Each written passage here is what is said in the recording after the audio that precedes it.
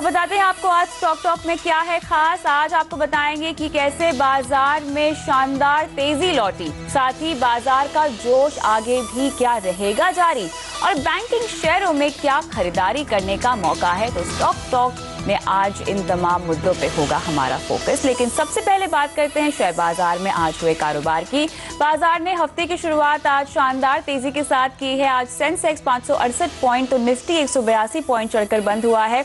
Mid cap share index 0.4%, तो bank Nifty की बात करें तो ये करीब 3.5% चढ़कर बंद हुआ है। बाजार पर और बातचीत के लिए हमारे साथ जुड़ रहे हैं सीएनबीसी आवाज के मार्केट एडिटर अनिल सिंघवी। अनिल जी, शानदार तेजी लौटते हुए देखी हमने आज बाजार में, ये बताएं वजह क्या रही?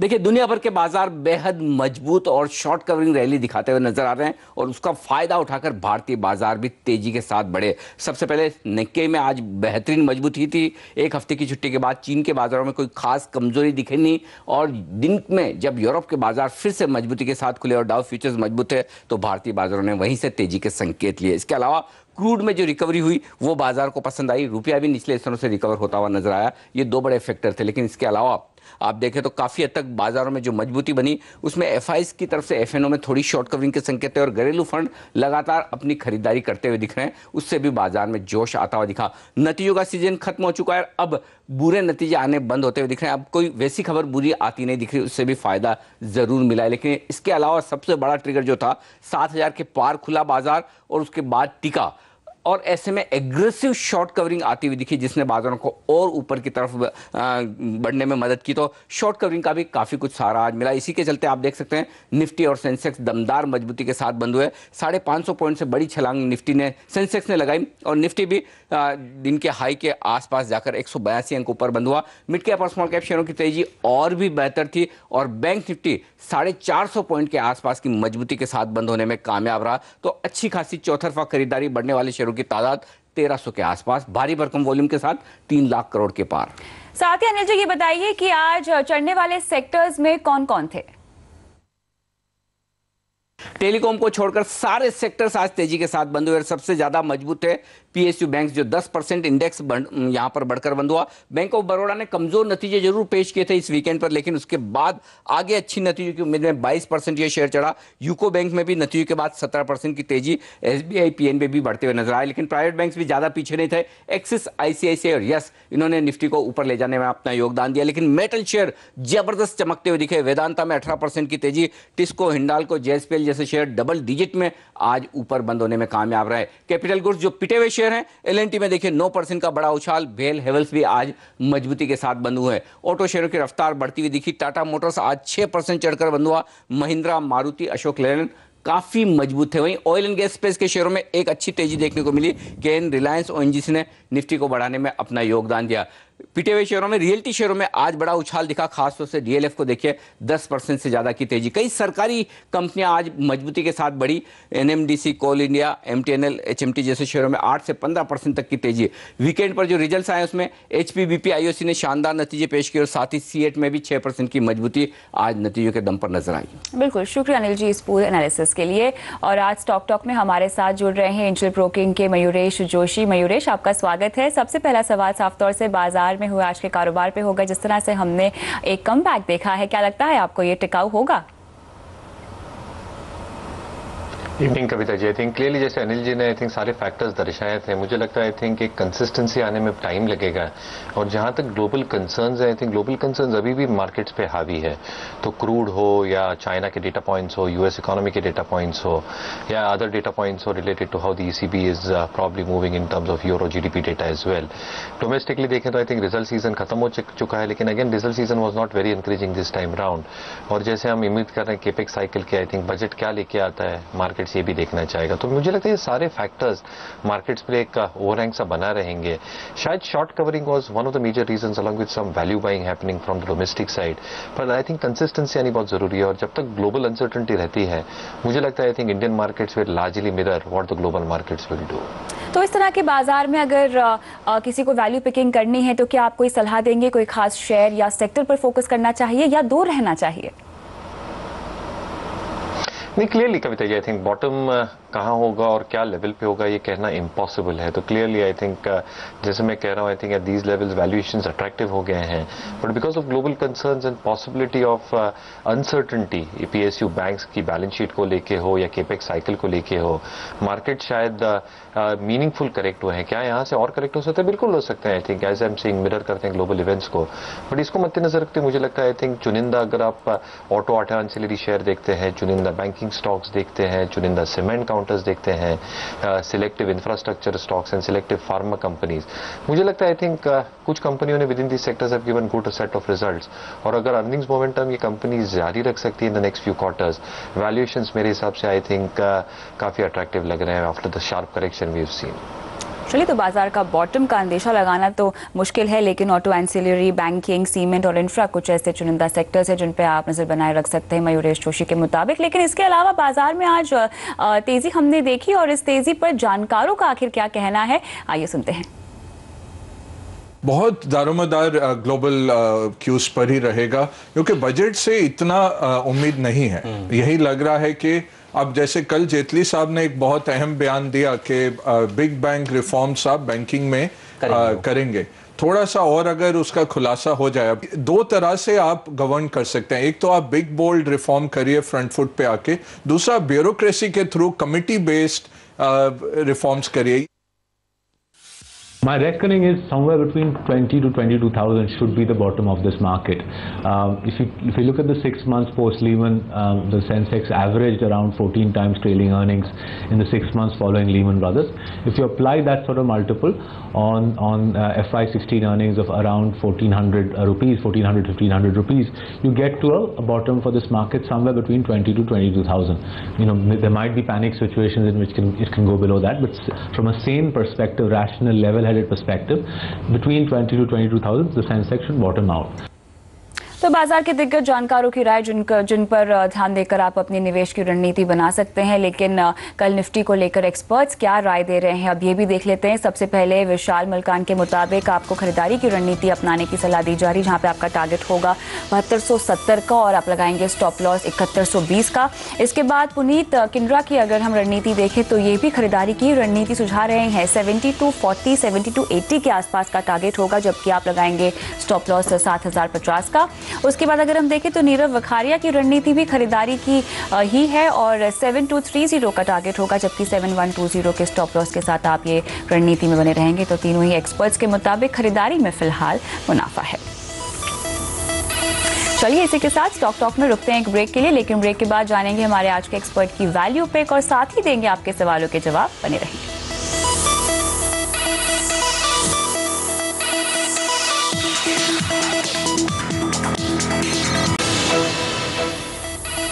स्टॉक टॉक में वक्त हो गया आपको बताने का आज की वैल्यू पिक।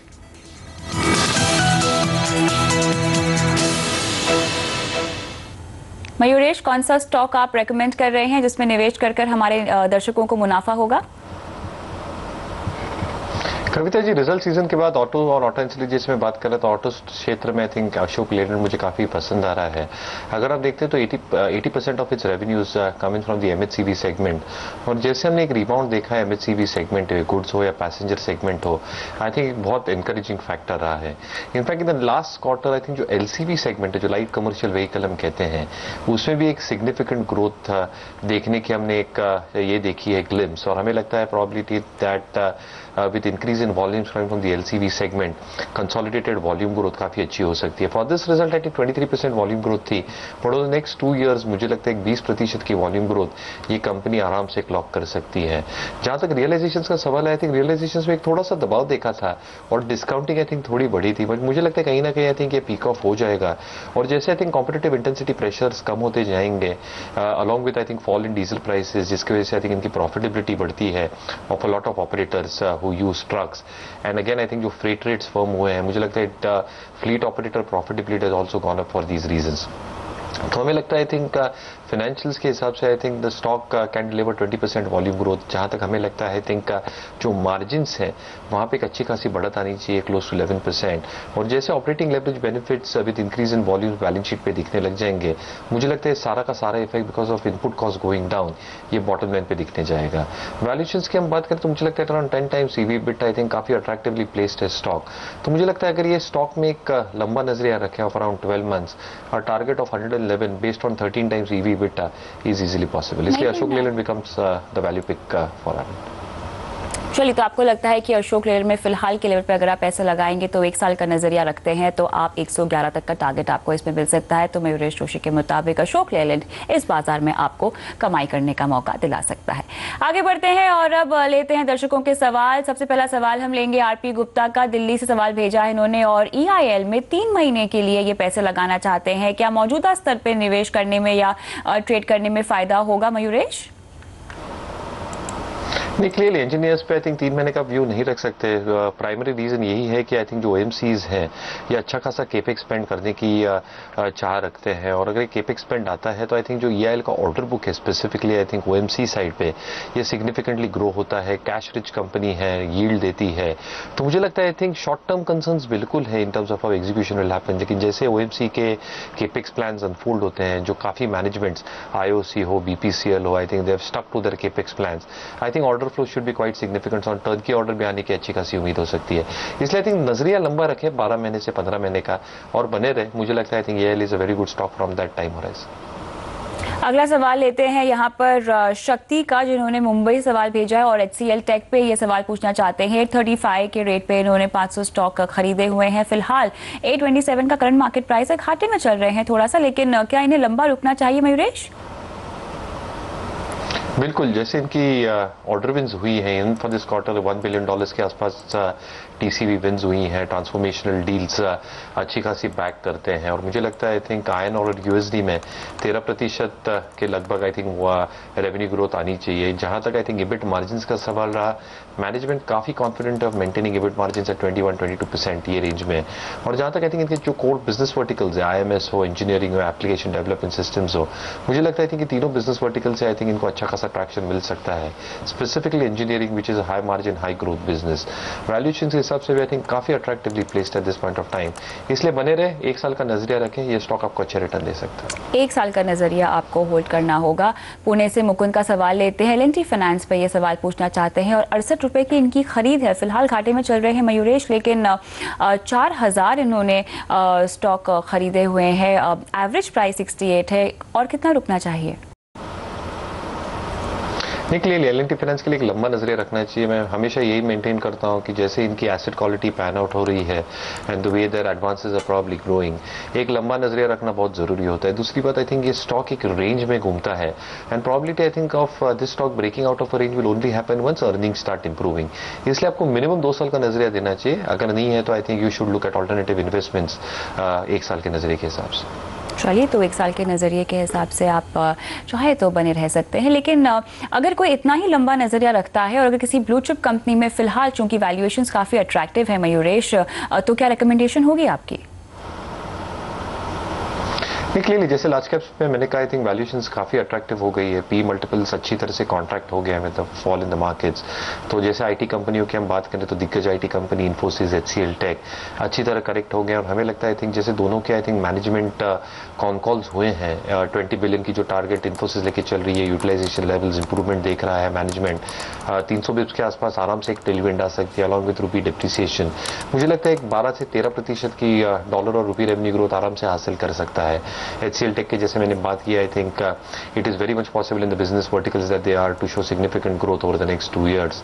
सीमेंट में आई थिंक अल्ट्राटेक सीमेंट ने बेहतरीन नतीजे पेश किए थे। मुझे लगता है with the kind of capacity they have got and the spread, volume growth जैसे वापस आने की उम्मीद हम रखते हैं over the next few quarters, realisation stable होंगे जिसकी वजह से आई थिंक इनकी जो रिटर्न रेशियोज है ये सिग्निफिकेंटली इंप्रूव हो सकते हैं। Sun Pharma in my opinion again has given good set of numbers. मुझे लगता है जो कंसर्न्स है रैनबैक्सी को लेके, हालोल प्लांट रेमेडिएशन को लेके, after the con call one really expects FY17 numbers to be much better, cash है बैलेंस शीट के ऊपर और जैसे कंसर्न्स एड्रेस होते जाएंगे मुझे लगता है earnings growth can be quite stupendous. एक डिस्क्लेमर, ये सारे स्टॉक्स हमारे PMS फंड्स में हो सकते हैं। अच्छा, अमूमन इस तरह के बाजार से क्या मिड कैप और स्मॉल कैप से हमें दूर रहना चाहिए? अगर किसी को फ्रेश निवेश करना हो तो इन स्टॉक्स के अलावा आपको लगता है कि मिड कैप स्पेस में दांव लगाया जा सकता है? नहीं, क्लियरली आई थिंक एक रिस्क प्रोफाइलिंग के हिसाब से अगर क्लाइंट्स रिस्क लेना चाहते हैं तो I think that is going to be one of the very important parameters monitor करने के लिए। और सभी मिड कैप और स्मॉल कैप स्टॉक्स ऐसा नहीं है कि जिनके वैल्यूएशंस, अर्निंग्स और एस्टिमेट्स को आई थिंक एक्सीड कर चुके हैं। कहीं ना कहीं after the sharp fall that we have probably seen, हमें लगता है I think there is ample opportunity. लेकिन I think you should be entering the stocks in a very staggered manner. I think 10 से 15% ही आप ये स्टॉक्स में डालने चाहिए। You should be conserving capital and waiting for corrections to happen और the markets to consolidate. मद्देनजर रखते हुए मुझे लगता है I think stocks like Voltas, LIC Housing have corrected significantly. Blue Star again a case in point. Navkar Corporation is a case in point. तो clearly I think ये सारे stocks अच्छी तरह से correct हुए हैं, लेकिन I think you should not be investing aggressively in all these mid cap stocks. Valuations contract हुए हैं तो you should be putting only a part of your fresh investable corpus in these stocks and wait for the markets to consolidate और फिर fresh money डालना चाहिए। चलिए, तो बाजार में अगर आप निवेश की रणनीति बनाना चाह रहे हैं तो इन तमाम सलाहों को ध्यान में रखिए और उसके मुताबिक ही निवेश रणनीति बनाइए। लेकिन फिलहाल रुकते हैं एक ब्रेक के लिए। ब्रेक के बाद भी लेंगे दर्शकों के और सवाल, बने रहें।